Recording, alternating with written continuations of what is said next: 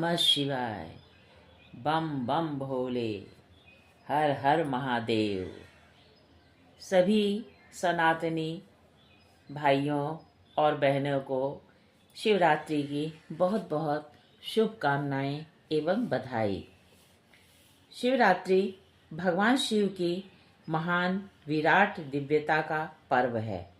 शिवरात्रि को पुरुष एवं प्रकृति के मिलन की रात्रि मानकर इस दिवस को सृष्टि का प्रारंभ माना जाता है। शिवरात्रि की पूजा का अर्थ समस्त विकारों को अपने मन से हटाकर निर्मल बनाना है। मनुष्य को शिव तत्व की प्राप्ति समस्त भौतिक बंधनों से मुक्ति पाने पर ही होती है। शिवरात्रि को शिव और पार्वती के विवाह की रात्रि भी माना जाता है। दार्शनिक इसे पुरुष एवं प्रकृति के मिलन की रात्रि मानकर इस दिवस को सृष्टि का प्रारंभ मानते हैं। पूरे ब्रह्मांड में शिव और पार्वती की जोड़ी सर्वश्रेष्ठ और आदर्श मानी जाती है। शिव पार्वती को सहज ही नहीं प्राप्त हुए थे। पार्वती ने शिव को प्राप्त करने के लिए कठोर साधना की थी। बहुत ही कठोर परीक्षाओं से गुजरने के बाद ही शिव पार्वती को प्राप्त हुए थे। पौराणिक कथाओं के अनुसार माता पार्वती ने भगवान शिव को पति रूप में पाने के लिए 108 बार जन्म लिया था। 107 जन्मों तक कठोर तपस्या करने के बाद उन्होंने 108वें जन्म में हिमालय राज की पुत्री पार्वती के रूप में जन्म लिया और अपने लक्ष्य में सफल हुई। 108वें जन्म में भगवान शिव ने उन्हें अर्धांगिनी के रूप में स्वीकार किया।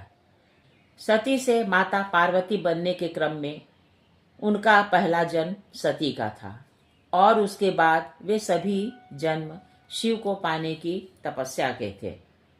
सती प्रजापति दक्ष और माता प्रसूति की सबसे छोटी और प्रिय पुत्री थी। उन्हें पराशक्ति का अवतार भी माना जाता है। उन्होंने अपने पिता दक्ष प्रजापति से जिद करके शादी की थी। भगवान शिव से विवाह करके वे बहुत ही आनंदित हो गई। प्रजापति भगवान शिव को उनकी वेशभूषा और रहन सहन के कारण पसंद नहीं करते थे, लेकिन सती की जिद के आगे उन्हें झुकना पड़ा। सती शिव जी के साथ आनंद पूर्वक रहने लगी। एक दिन सती भगवान शिव की सेवा में लगी हुई थी। तभी आकाश मार्ग से नारद जी आ पहुंचे। उन्होंने नारद जी की वंदना की और उनका कुशल क्षेम पूछा।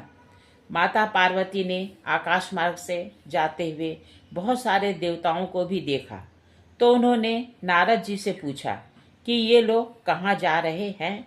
तो नारद जी ने उन्हें सविनय कहा, हे सती जी, सारे देवता आपके पिता के घर होने वाले यज्ञ में शामिल होने के लिए जा रहे हैं, क्या आप नहीं जा रही हैं? इस पर सती ने कहा कि मुझे तो अभी आपके द्वारा ही इस आयोजन का पता चला है। नारद जी वहां से चले गए। मायके में यज्ञ समारोह की बात सुनकर सती जी बहुत ही बेचैन हो गईं। उन्होंने वहां जाने की शिव जी से जिद की। शिव जी ने उन्हें समझाया कि बिना बुलाए वहां जाना उचित नहीं है, लेकिन सती जी नहीं मानी और वे अपने मायके चली गई। शिव जी ने सती जी के जाते समय अपने गणों को उनके साथ कर दिया। सती जी ने यज्ञशाला में जाकर देखा कि सभी देवताओं के लिए तो आसन थे, किंतु शिव जी के लिए कोई आसन नहीं था। सती जी के प्रतिवाद करने पर दक्ष जी ने उन्हें खूब खरी खोटी सुनाई और कहा कि सम्मानित लोगों के बीच शिव जी सम्मिलित होने लायक नहीं हैं। माता प्रसूति ने बीच बचाव बहुत किया, किंतु दक्ष प्रजापति ने सती जी को खूब अपमानित किया। इससे आहत होकर सती जी ने योग अग्नि से अपने को प्रज्वलित कर लिया और वह मर गई। गणों ने शिव जी को जाकर सारा वृतांत सुनाया, जिसे सुनकर शिव जी यज्ञशाला में पहुंचे और सती जी की देह को उठाकर वे विलाप करने लगे। उन्होंने भयंकर तांडव मचाना प्रारंभ किया। उनके गणों ने पूरी यज्ञशाला का विध्वंस कर दिया और क्रोधित दक्ष प्रजापति का सिर काट दिया। शिव जी के तांडव से पूरे ब्रह्मांड में खलबली मच गई। पूरा ब्रह्मांड डोलने लगा। ऐसा लगा जैसे मनुष्य से लेकर देवताओं तक का अस्तित्व समाप्त हो जाएगा। तब देवताओं ने विष्णु भगवान से गुहार लगाई तो उन्होंने अपने चक्र से सती जी के कई टुकड़े कर दिए, जो 52 जगहों में गिरे, और जहां सती जी के अंग गिरे वे शक्तिपीठ कहलाए। आज भी इन शक्तिपीठों की बहुत ही मान्यता है। पार्वती जी का अगला जन्म हिमालय की पुत्री के रूप में हुआ। पूर्व जन्म के संस्कारों के कारण वे शिव जी की पूजा आराधना किया करती थी। पिता हिमालय ने उनकी शादी श्री विष्णु जी से कराना चाहा। रूपवान और वैभवशाली थे। उसी समय नारद जी वहां आए और उन्होंने पार्वती जी को उनके पूर्व जन्म का स्मरण करवाया और कहा कि इस जन्म में भी वे शिव का वरण करें। उनके गुण और सरल स्वभाव की प्रशंसा की। पार्वती जी के हृदय में भगवान शिव के प्रति आसक्ति का आविर्भाव हुआ और वे शिव जी को पाने के लिए तपस्या करने लगी। माता मैना ने उन्हें समझाया कि विचित्र वेशभूषा धारण करने वाले के प्रति अपनी आसक्ति को त्याग दें, किंतु पार्वती जी नहीं मानी और वे एक दिन चुपके से अपनी सखियों के साथ घर में बिना बताए निकल पड़ी और कंदराओं में शिव जी की तपस्या में लीन हो गईं। उन्होंने अन्न जल त्याग दिया। फिर वे जंगल में मिलने वाले कंदमूल को खाकर समय व्यतीत करने लगी। फिर बिल्व पत्र को खाकर रहने लगी। कुछ दिन वे सिर्फ वायु का भक्षण कर दिन बिताने लगी। माता पार्वती ने 3000 वर्षों तक बिल्कुल निराहार रहकर तप किया। भगवान शिव ने उनकी कई तरह से परीक्षा ली। भगवान शंकर की तपस्या में लीन पार्वती को देखकर ब्रह्मा जी ने उन्हें आश्वासन देते हुए कहा कि भगवान शिव तुम्हें पति रूप में अवश्य ही प्राप्त होंगे।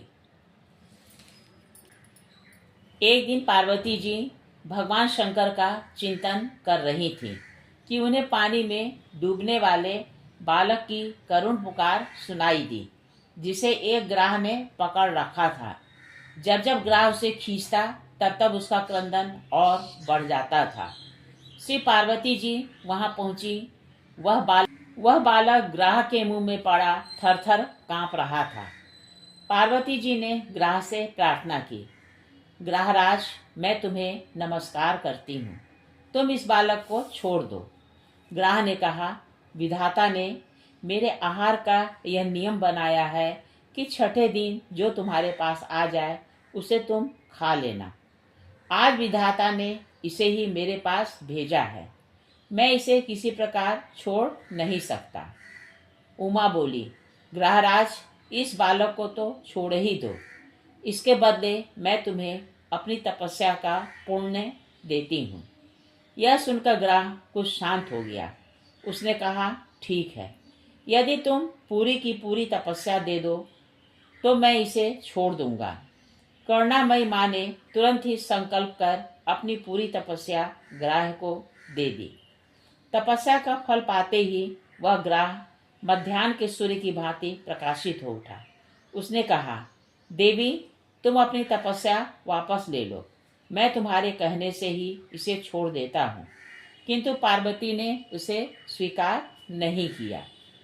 ग्राहराज ने देवी की भूरी भूरी प्रशंसा की और बच्चे को छोड़ दिया। बालक ने आंसू भरी आंखों से देवी की ओर देखकर अपनी कृतज्ञता प्रकट की। देवी ने दुलार पुचकार कर उस बालक को सबल बना दिया। बालक को बचाकर उमा बहुत संतुष्ट थी। आश्रम में आकर वे पुनः तपस्या का उपक्रम करने लगी। तब भगवान शंकर प्रकट हो गए और बोले, कल्याणी, अब तुम्हें तपस्या करने की आवश्यकता नहीं है। तुमने वह तपस्या मुझे ही अर्पित की है। वह अनंत गुना होकर तुम्हारे लिए अक्षय बन गई है। इधर हिमालय ने चारों तरफ देखा और पार्वती को नहीं पाया, तो वे अपने दूत के साथ ढूंढते ढूंढते एक कंदरा में जा पहुंचे, जहां पार्वती भगवान शिव के साथ खड़ी थी।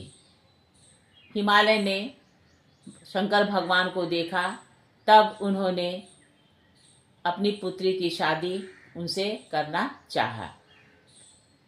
शिवरात्रि के दिन शादी का दिन तय हुआ। शादी में शिव जी विचित्र वेशभूषा में भूत प्रेत और गणों के साथ बारात में पहुंचे। माता मैना इन विचित्र वेशभूषाधारी शिव जी और गणों तथा भूत प्रेतों को देखकर डर गईं। तब देवताओं के अनुरोध से शिव जी ने अपनी वेशभूषा सुंदर की और उन्होंने अपना मोहक रूप चंद्रहास का दिखाया। तब शिव और पार्वती की शादी हुई।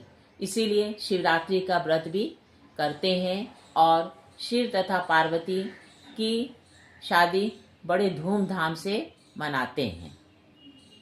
भगवान शिव के अनेक रूप हैं। वे जगत के कल्याण करता हैं तथा संपूर्ण संसार की रचना करते हैं। उन्हें समझना यूं ही आसान नहीं है। वे पालन करता और संहार करता दोनों ही हैं। भगवान शिव औघड़दानी हैं। वे सहज ही प्रसन्न हो जाते हैं और बिना सोचे विचारे भी कभी कभी वे पापियों को भी उनकी इच्छा अनुसार पुण्य का फल दे देते हैं और उनकी इच्छा की पूर्ति करते हैं। अपने इसी स्वभाव के कारण वे औघड़दानी कहलाते हैं। भस्मासुर को उन्होंने अमर होने का वरदान दिया था। स्वर्ण के साथ घटित एक कहानी सुनाती हूँ। यह बिल्कुल सत्य कथा है। 6 वर्ष पहले की बात है। प्रयागराज में अर्धकुंभ का आयोजन हुआ था। उस समय मैं पेशे से शिक्षिका थी। मुझे रास्तों का बहुत ज़्यादा ज्ञान नहीं था। शिवरात्रि के दिन मैंने सोचा कि चलो गंगा स्नान कर लिया जाए और कुछ पुण्य प्राप्त किया जाए।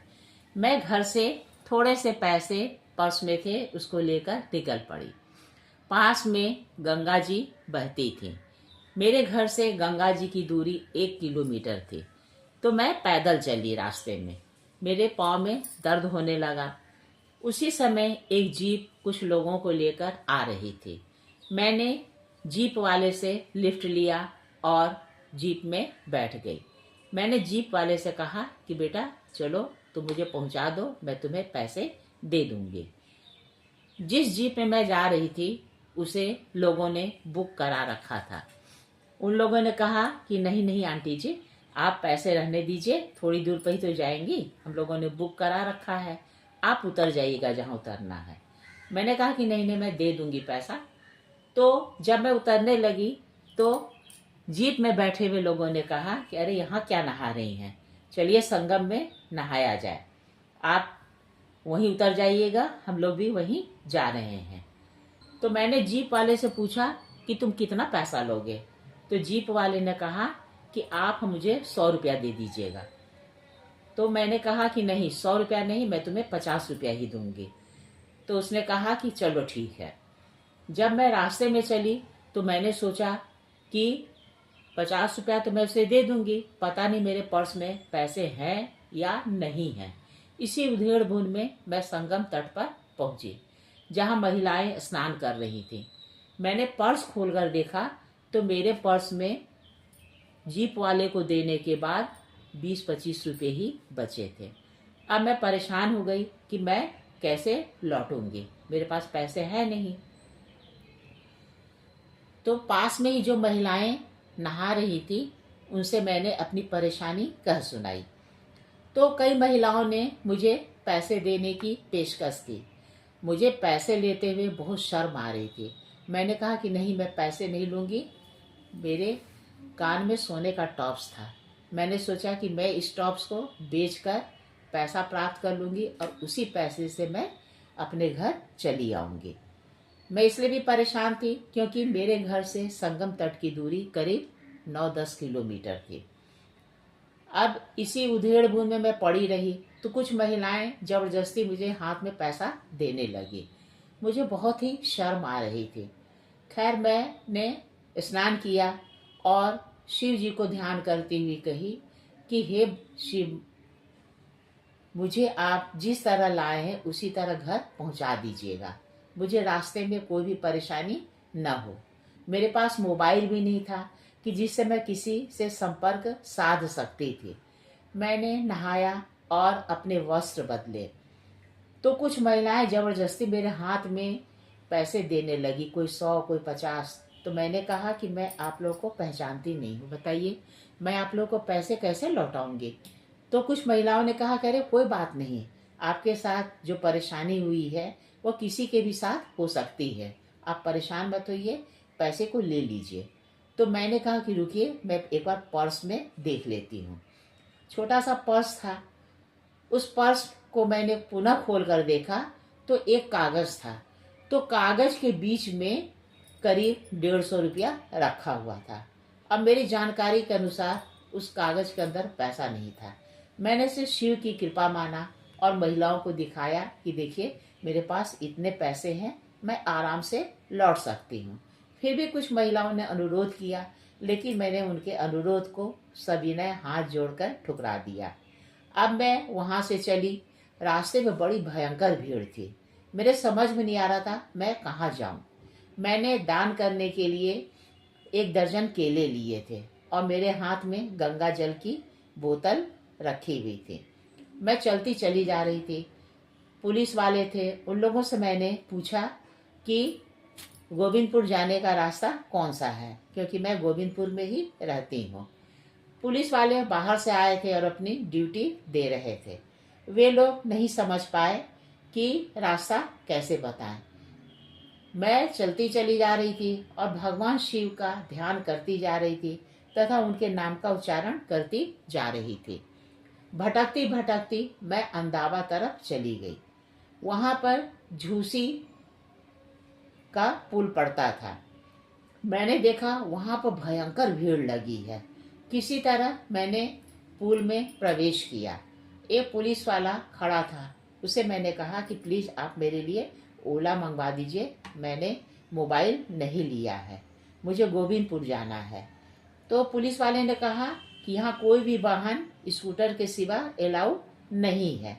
मैं बहुत परेशान हो गई। देखा कि एक लड़का मुझे एकटक देखे जा रहा था और वह बाइक पर सवार था। उसके पीछे वाली सीट खाली थी।